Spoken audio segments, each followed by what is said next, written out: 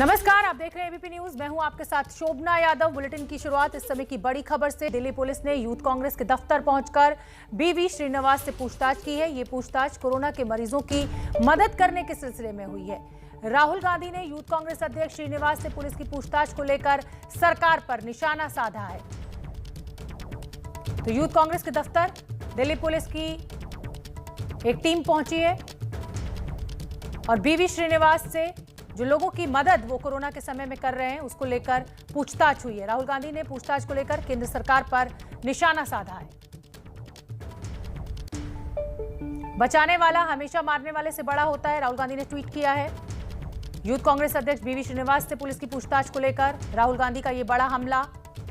रणदीप सुरजेवाला ने भी ट्वीट कर सरकार पर हमला बोला है। दिल्ली पुलिस का दुरुपयोग किया जा रहा है, रणदीप सुरजेवाला का आरोप। राहुल गांधी ने ट्वीट किया है और ट्वीट में राहुल ने लिखा है कि बचाने वाला हमेशा मारने वाले से बड़ा होता है। #I stand with IYC। वहीं कांग्रेस प्रवक्ता रणदीप सुरजेवाला ने तो यहां तक कह दिया है कि सरकार ने राजधर्म नहीं निभाया लेकिन रेड धर्म नहीं भूले हैं। लोगों की मदद करने वाले लोगों को पुलिस के द्वारा परेशान किया जा रहा है। ये राहुल गांधी का ट्वीट। बचाने वाला हमेशा मारने वाले से बड़ा होता है। #I stand with IYC यानी इंडियन यूथ कांग्रेस।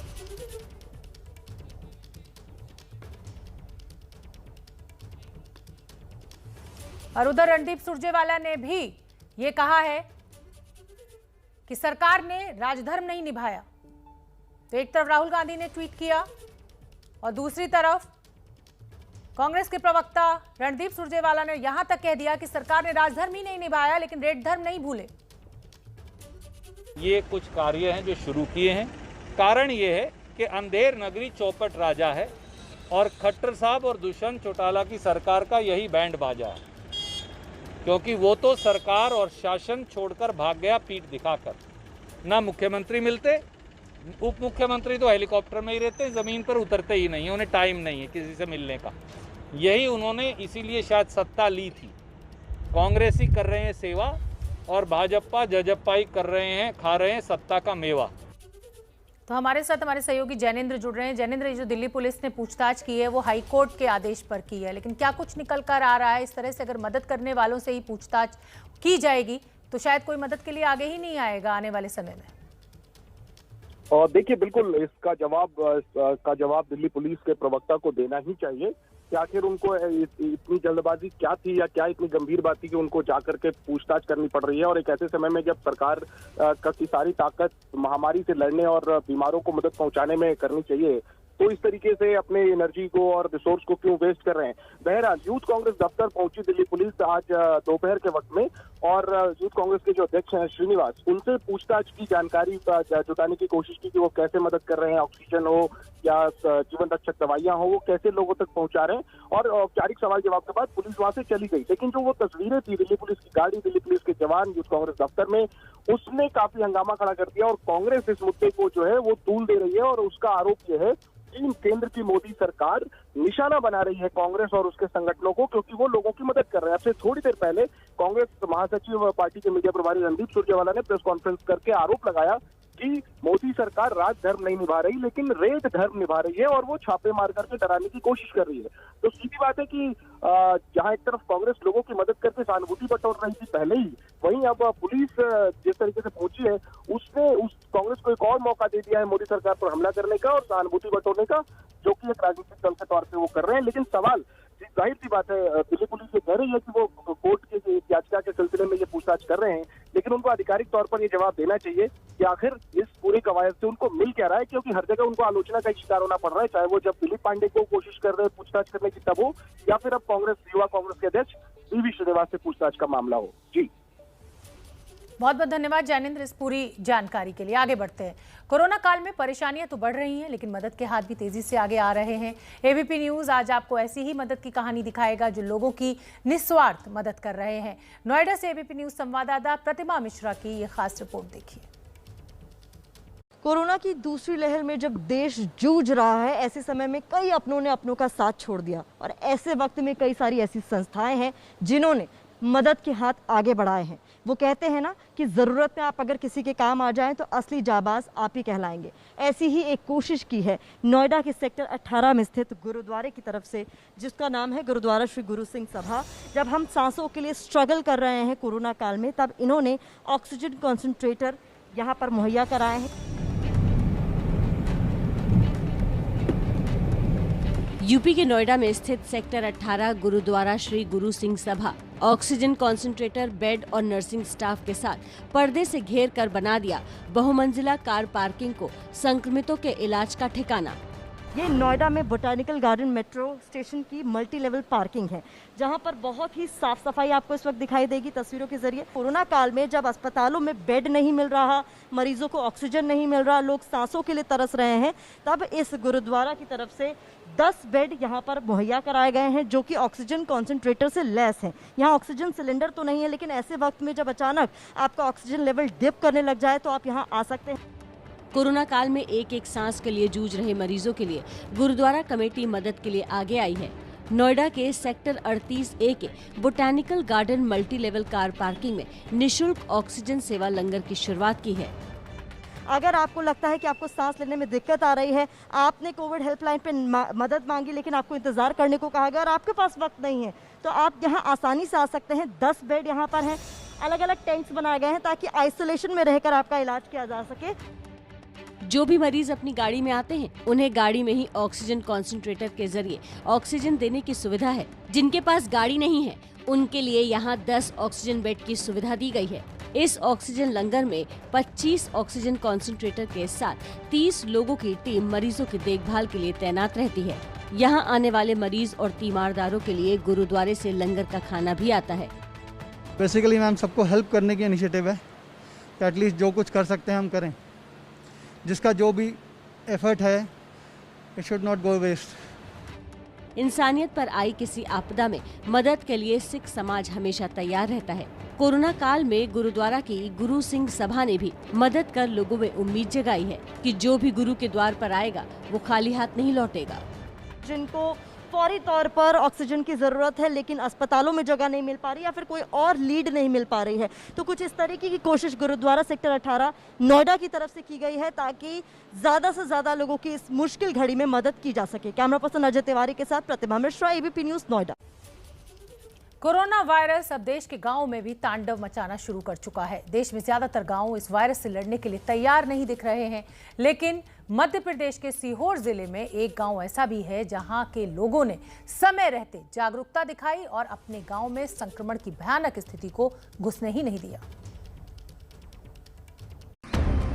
ये है मध्य प्रदेश के सीहोर का चंदेरी गांव। इस गांव की आबादी 500 लोगों की है। खास बात यह है कि इस गांव में एक भी कोरोना संक्रमित नहीं है। ये बात इसलिए खास है क्योंकि सीहोर जिले की 497 पंचायतों में अभी तक 1608 कोरोना संक्रमित मरीज मिले हैं। ऐसे में इस गांव के लोगों ने क्या खास किया, इसे लेकर मध्य प्रदेश ही नहीं बल्कि पूरे देश के लोगों में उत्सुकता है।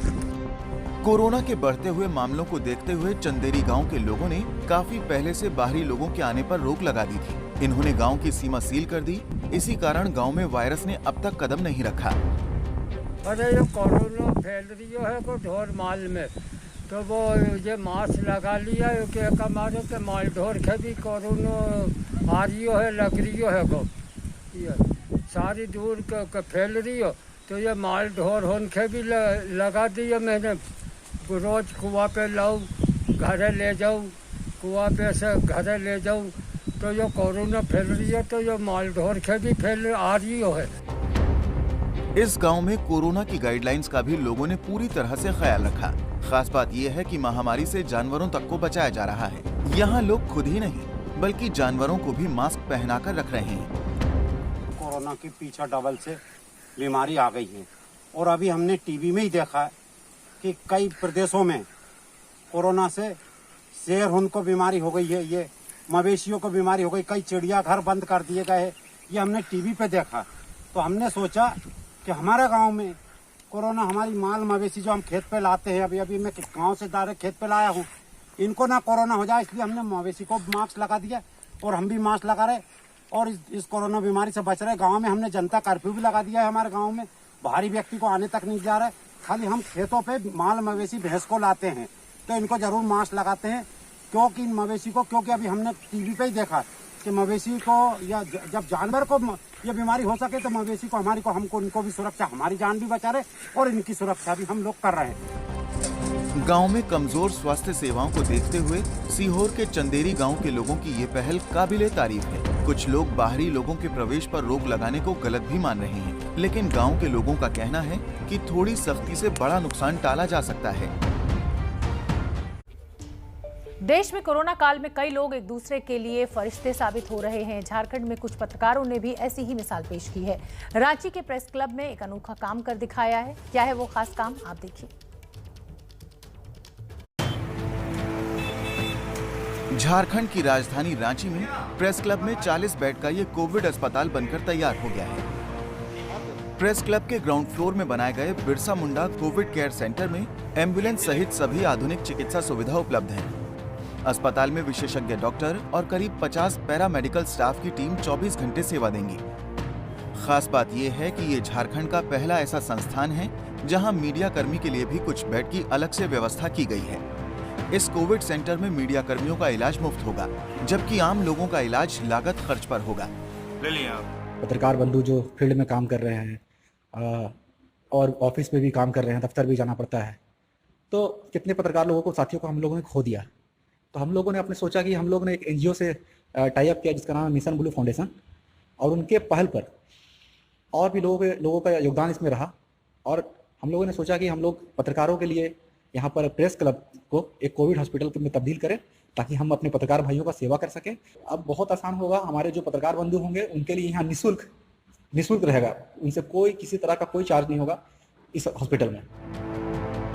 कोरोना काल में अपनी जान की चिंता किए बगैर काम करने वाले कई पत्रकार और उनके परिजनों को अस्पताल में ऑक्सीजन और बेड के लिए तड़पते भी देखा गया था।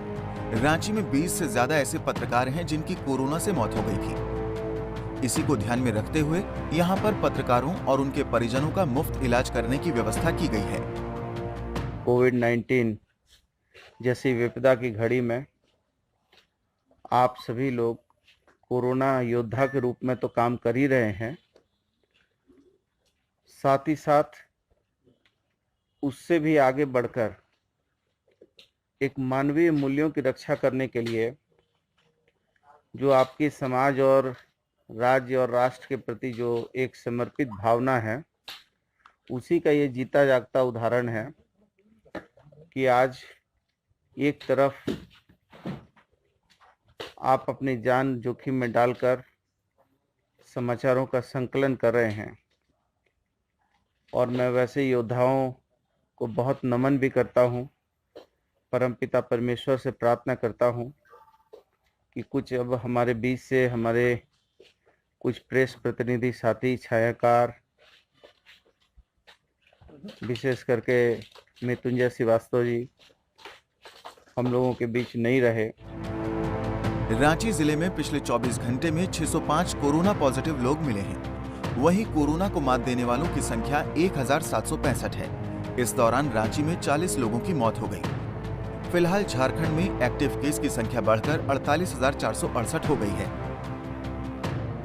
मीटर नाम के यंत्र सबसे ज्यादा काम में आ रहे हैं। छोटे शहरों और गांव में ज्यादातर लोगों के पास घर में ये सुविधा नहीं है। इस दिक्कत को देखते हुए बिहार के दरभंगा में एक ऐसा शख्स सामने आया है जो लोगों को मुफ्त ऑक्सीमीटर बांट रहा है। आप मुझे 24/7 कभी भी कांटेक्ट कीजिए। आपको ऑक्सीमीटर की जरूरत हो, आप मेरे पास आइए और लेके जाइए। और ये है दरभंगा के लहेरिया सिराय के रहने वाले चेतन सिंह। तो ये किसी और को भी चाहिए रह सकते हैं। तो जब आपके घर में पैसे, चेतन यहाँ के कमर्शियल चौक इलाके में रेडीमेड कपड़े और होटल का व्यवसाय करते हैं। चेतन ने जब कोरोना काल में लोगों को ऑक्सीजन की कमी से मरते देखा तो इनसे रहा नहीं गया। कोरोना से मरने वालों में ज्यादातर लोगों का ऑक्सीजन सैचुरेशन लेवल कम होने की दिक्कत देखी जा रही थी। दिक्कत ये थी कि लोग घर बैठे अपना ऑक्सीजन लेवल सही समय पर चेक नहीं कर पा रहे थे। बाजार में ऑक्सीमीटर की कमी और कालाबाजारी इसकी प्रमुख वजह थी। ऐसी हालत देखकर इन्होंने संक्रमित लोगों को बुलाकर मुफ्त ऑक्सीमीटर बांटने की ठानी। इस मिशन पर उतरने से पहले इन्होंने अपनी पत्नी और बच्चों को अपने ससुराल छोड़ा ताकि वो इनकी वजह से संक्रमित ना हो जाएं। चेतन ने ऑक्सीमीटर मुफ्त में बांटने के लिए सोशल मीडिया के हर एक प्लेटफॉर्म पर अपना संदेश डाल दिया। लोगों को मुफ्त ऑक्सीमीटर इस शर्त पर ले जाने दिया कि जब वो या उनके जानने वाले ठीक हो जाएं, तो इसे सैनिटाइज कर वापस कर दें, ताकि दूसरे जरूरतमंदों की मदद हो सके। सोशल मीडिया में इस बात के फैलते ही जरूरतमंदों की भीड़ इनके पास उमड़ी। अब सिर्फ दरभंगा के ही नहीं, बल्कि पड़ोसी जिले समस्तीपुर से भी लोग आ रहे हैं। चेतन जिन लोगों को भी ऑक्सीमीटर दे रहे हैं, उनका मोबाइल नंबर भी ले रहे हैं, ताकि 15 दिनों के बाद जो वापस ना लेकर आए, उन्हें फोन कर वापस ऑक्सीमीटर मंगा सकें। अगर सब लोग अपने सिटी में करें, जैसे दरभंगा में ही हो गया, जैसे मैं कर रहा हूँ, कोई समस्तीपुर करे, कोई मुजफ्फरपुर करे, कोई पटना करे, तो सबके पास ये अवेलेबल होगा। और एक टाइम पे आने के बाद किसी को ऑक्सीमीटर, मतलब जो कालाबाजारी भी कर रहे हैं वो भी लोग डाउन हो जाएंगे और सब लोगों के पास ये अवेलेबल होगा और सब लोग अच्छे से अपनी ट्रीटमेंट देख सकेंगे। मुझे लगता है ये सबसे बेस्ट तरीका है ऑक्सीमीटर का एक चेन बनाने का। चेतन की इस पहल से उनके जानने वाले और कोरोना संक्रमित मरीज काफी खुश हैं। वो उनकी तारीफ करते नहीं थक रहे। अगर आपको जरूरत है तो आप ले जाइए, काम हो जाए तो सप्ताह 10 दिन में उसको सैनिटाइज करके वापस कर दीजिए। ये हमको बहुत अच्छा लगा, इसीलिए हम ये ऑक्सीमीटर लेने आए हैं। सोशल मीडिया पे हमने ऐड देखा चेतन भाई का कि यहाँ ऑक्सीमीटर दिया जाता है। अगर आपके पास नहीं है ऑक्सीमीटर तो आप यूज़ कीजिए और उसको 10-15 दिन में आप वापस कर दीजिए। और घर में बड़े बुजुर्ग हैं, ऑक्सीजन की एक्यूरेसी मापने में दिक्कत होती है, प्लस खुद भी डायबिटिक हैं, तो ऑक्सीजन की गति नापने के लिए जो है तो हम लोग को मिल नहीं रहा है। मार्केट में पूरा स्कार्सिटी है, कहीं ऑक्सीमीटर है नहीं, तो फिर ये हम लोग देने के लिए आए। अगर आपके जैसा और इनके जैसा अगर आदमी अगर आ जाए इस धरती पे तो बहुत लोगों का कल्याण हो जाएगा। आप मुझे 24/7 कभी भी कॉन्टैक्ट कीजिए। एबीपी न्यूज चेतन सिंह जैसे कोरोना वॉरियर्स को सलाम करता है। अगर चेतन की तरह छोटे छोटे जिले और गांव के लोग इस मुहिम में आगे आएं, तो गांव में कोरोना के प्रकोप को काफी हद तक कम किया जा सकता है।